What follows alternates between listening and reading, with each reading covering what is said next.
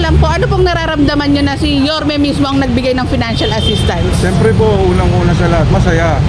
Kasi sa kagaya po naming mga mahihirap, napapaabot niya po yung tulong para sa amin. Lalong-lalo na po kami, meron po kasi kaming may sakit na napakamahal ng gamot. Kaya po, malaking pasasalamat ko po kay Yorme na inaabot niya po talaga kaming mahihirap. Tayo, pinapabayaan po ba kayo ni Yorme kahit na ilang minuto, ilang saglit, na pabayaan ba kayo? Sa akin pong palagay, hindi po. Ayun. Kasi mahal na mahal niya po kami. Yun po ang nararamdaman namin. And may mensahe ka po ba ng pasasalamat pa kay Yorme?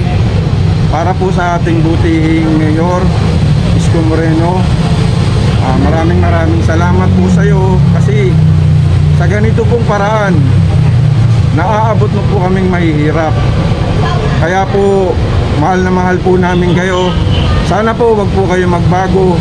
Ipagpatuloy niyo po yung maganda niyo pong hangarin para po sa aming mga mahihirap. And kaya natanong ko kung napabayaan kayong saglit ni Yorme kasi never kayong nawala sa isip ni Yorme po, yung mga batang Maynila. Tama po yun, apo.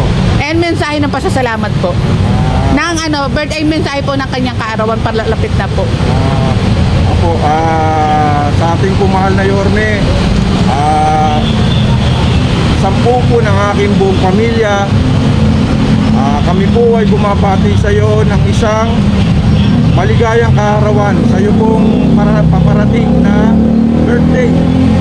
Sana po maging maligaya ka sa araw na yon, at sana po dalangin po naming mga batang mga Maynila na kagaya po naming mahihirap, natanggapin niyo po lahat ng blessing galing po sa ating Panginoon.